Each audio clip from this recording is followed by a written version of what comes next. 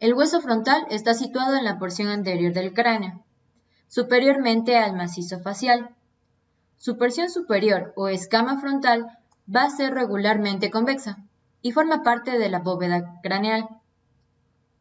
Su porción inferior o órbito nasal se separa casi en ángulo recto del borde inferior de la escama del frontal. El hueso frontal presenta dos caras, una cara externa o exocraneal y una cara interna o endocraneal. Este también presenta un borde. La cara externa del hueso frontal está dividida en dos partes por la arista del ángulo que forma dos porciones del hueso frontal. Estas se van a denominar crestas orbitonasales. La cresta orbitonasal se va a dividir en tres segmentos.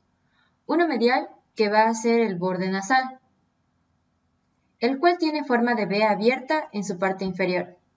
Este va a ser dentado y se va a articular con los huesos nasales medialmente y con la apófisis frontal del maxilar lateralmente. La cresta orbitonasal también posee dos segmentos laterales que son los bordes supraorbitales, que van a formar a cada lado el reborde superior de la cavidad orbitaria. Estos bordes son romos medialmente y cortantes lateralmente. Este presenta a 3 centímetros de la línea media una escotadura o agujero supraorbitario que da paso a los nervios y vasos supraorbitarios. Medial al agujero supraorbitario se observa una escotadura estrecha, que es la escotadura frontal, recorrida por los vasos del mismo nombre.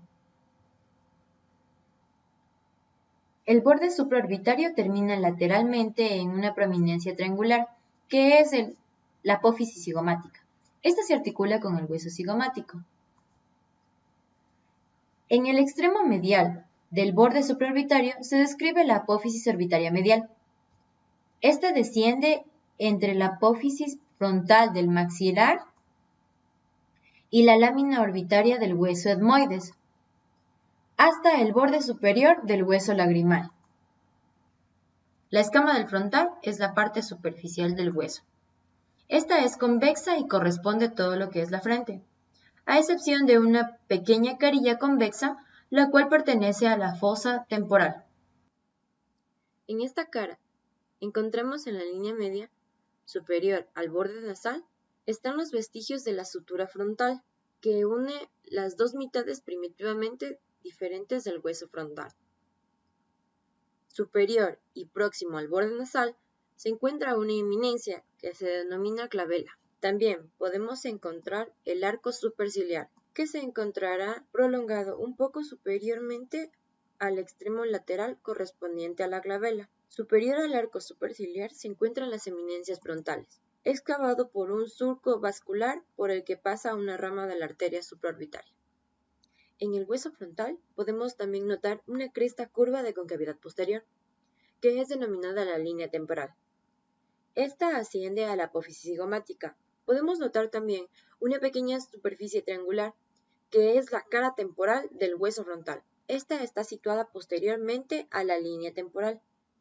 En la porción orbitonasal del hueso frontal, en su línea media, se encuentra la escotadura etmoidal, que está circunscrita por una superficie en forma de herradura, que es la superficie etmoidal del hueso frontal. De esta superficie, posterior al borde nasal, encontramos una apófisis que es la espina nasal. La espina nasal posee tres caras, una anterior que es rugosa y se articula con la cara posterior del hueso nasal, y dos caras posterolaterales que forman la pared posterior de la cavidad nasal.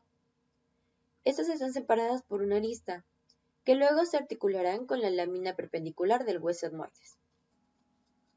La escotadura etmoidal está excavada por cavidades separadas entre sí, llamadas celdillas frontales, que completan las celdillas etmoidales. Lateralmente a la zona etmoidal se encuentran dos superficies cóncavas llamadas caras orbitarias, por la cual están acentuadas de la siguiente manera. Lateralmente se marcará la fosa de la glándula lagrimal y medialmente la fosita troclear. Aquí se va a insertar el músculo oblicuo superior. La cara endocraneal del hueso frontal es completamente cóncava. En la línea media, superior a la escotadura etmoidal, presenta el agujero ciego. Superior al agujero se alza una arista llamada cresta frontal. Esta se bifurca y forma el surco del seno sagital.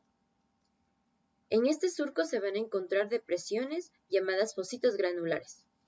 A cada lado de la escotadura etmoidal encontramos las eminencias orbitarias, que están cubiertas por unas depresiones llamadas impresiones digitales, que se separan entre sí, conocidas como eminencias mamilares.